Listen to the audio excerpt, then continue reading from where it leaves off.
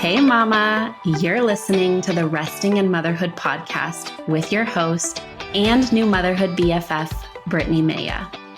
I'm a certified infant sleep specialist, but more importantly, I'm a mama navigating my own motherhood journey right alongside you. So join me weekly as we discuss the real, raw, and relatable truths of motherhood. We'll touch on everything from the ugly and difficult things we think but are afraid to say out loud, to the beautiful moments that uplift us and bring us so much joy in motherhood. So go ahead, take a deep breath, embrace the chaos, and join me for heartwarming conversations that'll leave you feeling understood, inspired, and ready to tackle whatever motherhood throws your way.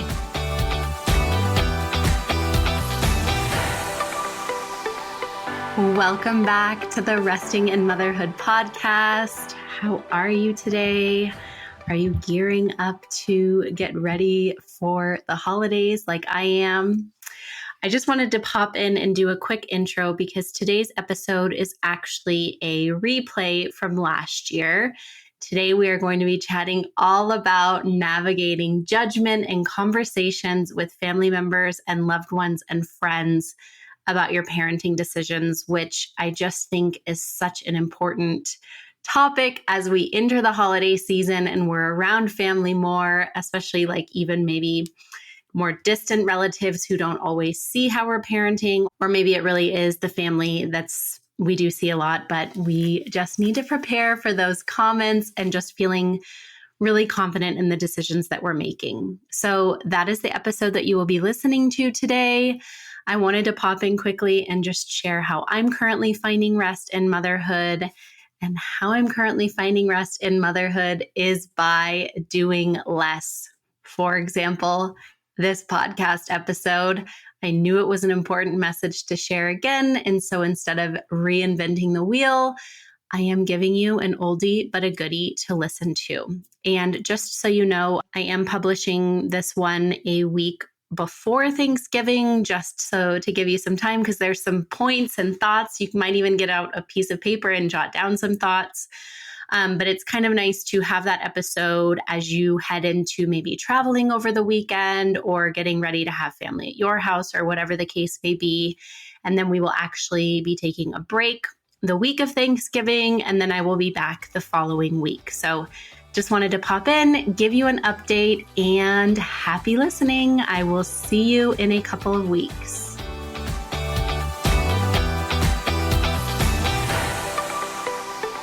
I just wanted to chat today about something that I think we all need around this holiday season, which is chatting about family comments and judgment that come in about our parenting as we enter a season where we are spending more time with our family. But before we jump right in, I want to chat about how I am currently finding rest in motherhood. And I'm currently finding rest in motherhood just by slowing down.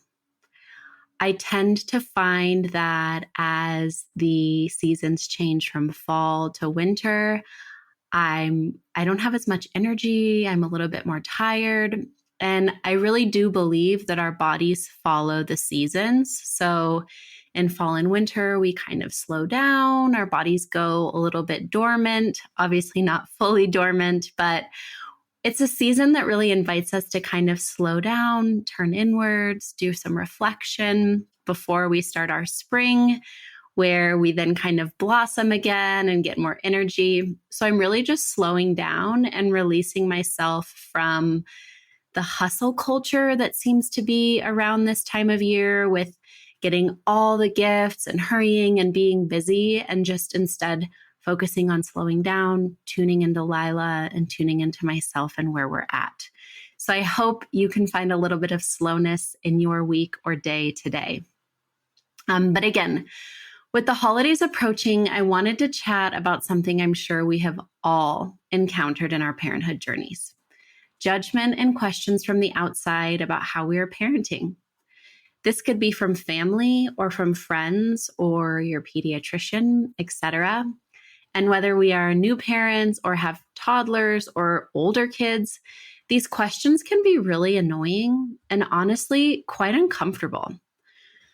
So, how do we handle these judgments and questions and sometimes just straight up attacks on our parenting decisions? It'll come down to personality and comfort level with boundaries. I'm a very direct person who takes zero shit.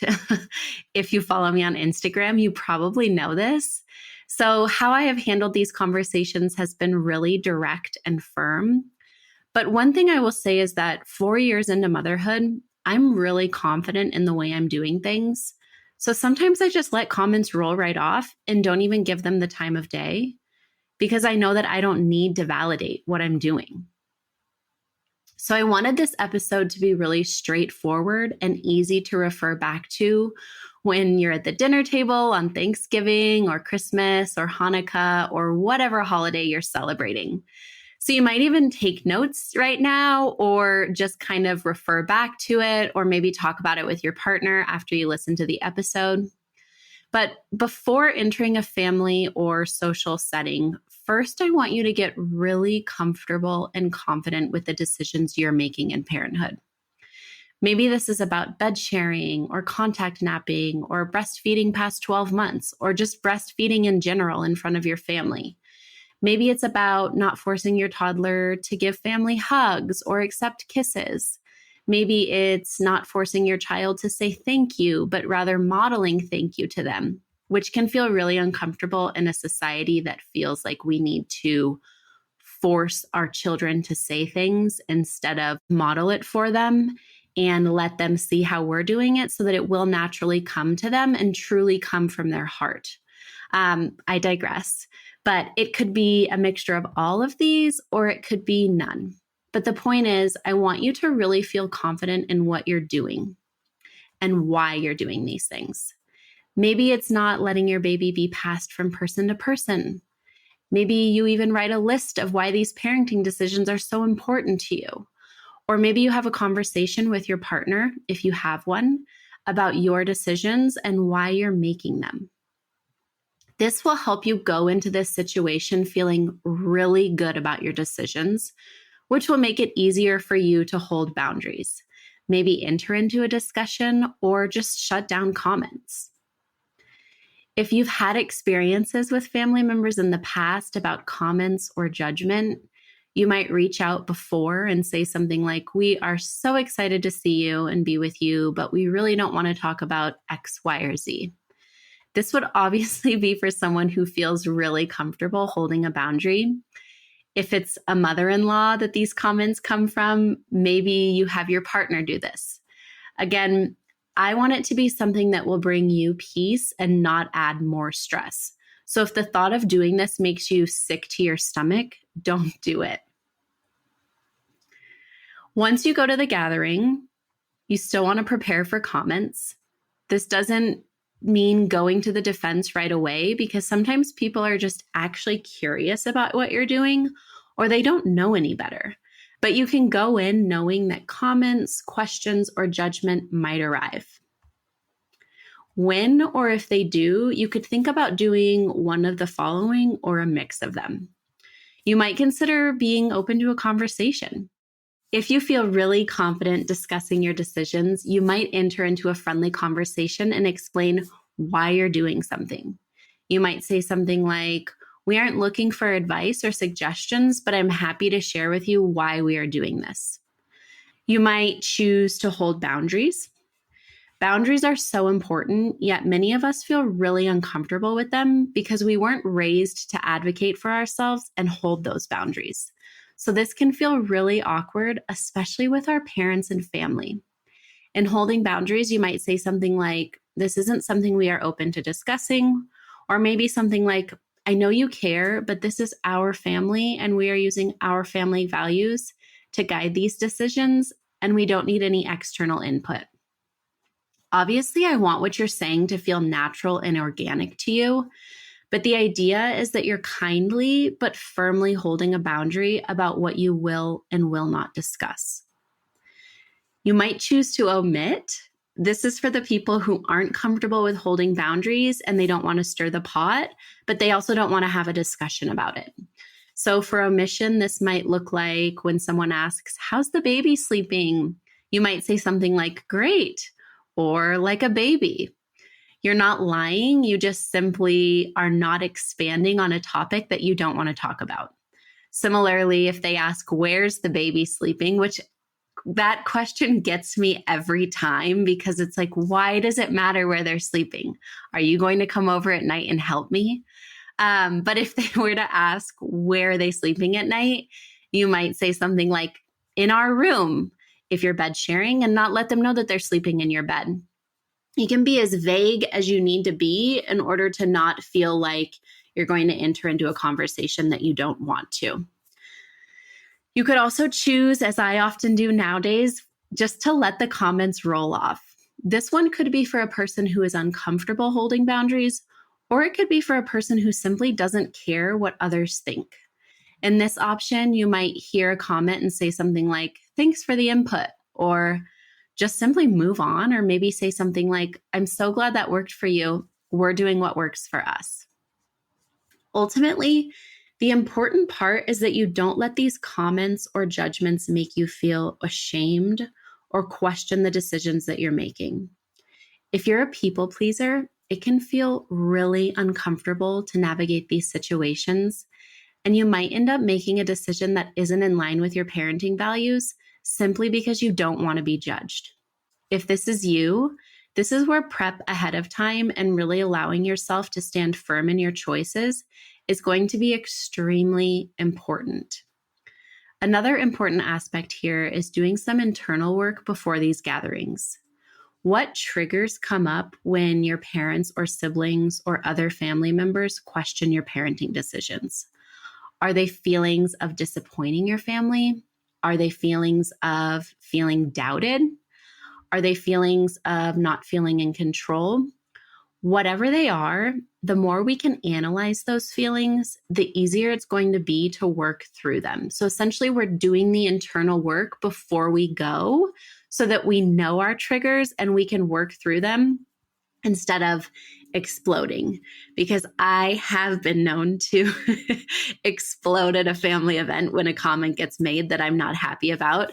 But I will say the farther I get in my parenting journey, the more internal work I do as a person, as a mom, the less I explode because I know those triggers. I know how to handle them. I know how to better self-regulate myself. So that is the key, is really getting comfortable and intimate with your triggers and how to work through those. And also, I do just want to say, like, it is just annoying to be questioned on a decision you're making. And sometimes that you're just annoyed. You don't want someone to have an input. But that's a trigger right there, and you can work through that as well. If you have a partner, I think it's really important to remain a united front. This might mean having a conversation ahead of time about what comments might be made and how you're going to feel about them and how you want to respond to them. I also want to touch on the fact that I think parenting choices are so polarizing because people tend to feel that if someone is doing something different than what they're doing or did with their kids, they feel like this is a direct attack on how they parented or the parenting decisions that they made. We want to be good parents as humans, most of us at least. And so when something is done completely different than how our parents, grandparents, siblings, aunts, uncles, friends, whoever it may be, have done something in their parenting, their ego might take this as an insult on how they did it. This is purely an internal issue and not your responsibility. Or let me rephrase this. This is purely a them issue and not a you issue. But if we can keep this in mind, it can help us see that their reaction or opinion is probably coming from a place of hurt or fear that they did it wrong. And instead of acknowledging these feelings, they attack or question. When we know this, often just letting the comments roll off our shoulders feels a lot easier. If we do decide to enter into a conversation, you can keep this in mind by using phrases like, we think all families should do what works for them. This is simply what works for us. Sleep training as a topic can be really polarizing and honestly bring out the worst. So make sure you enter into these conversations lightly if it is something regarding sleep. Obviously, if someone has sleep trained and we aren't choosing to sleep train and they ask why not, we want to be really careful about not shaming their decision while still validating the decision that we are making. This could be something like, sleep training worked for you. That's great. Based on the research we have done, sleep training is not right for our family.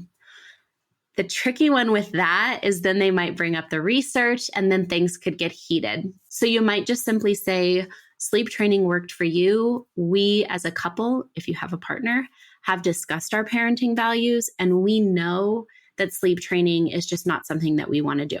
It doesn't mean that our way is right. It doesn't mean that your way is wrong. It's just simply the path that we are choosing to take as parents.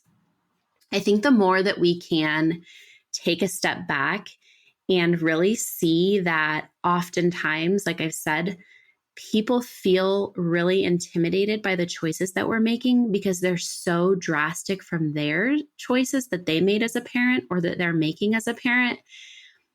And they truly feel that that's an attack on them. So if we can see that, even though we know our choices are not an attack on them, it can kind of help us bring our barrier down and kind of see them through eyes of empathy and just know, hey, you did what you did.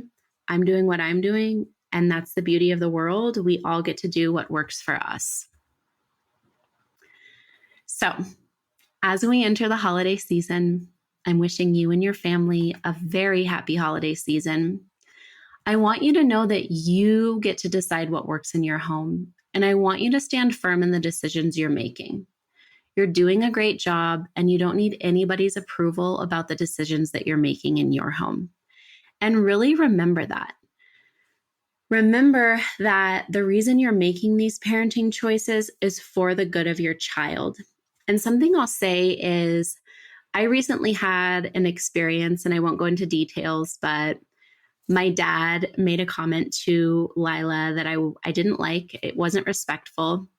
And I said something the old Brittany would have yelled about it or gotten right in his face. But I was calm. I remained calm and respectful, but I just said, I wouldn't treat you that way. And it's not okay to treat Lila that way. And Lila was watching me. It was an uncomfortable situation, right? Because I don't know if you know this, but Lila and I are currently living with my parents. So it's definitely a unique dynamic because I'm seeing a lot of triggers from my childhood come up just based off of how Lila is being treated. But this was a really profound moment for me to not only reparent myself, but to show Lila that it's okay to stand up for yourself, and also to show Lila that I stood up for her because I love her and she is respected and she is valued and she deserves to be respected and valued.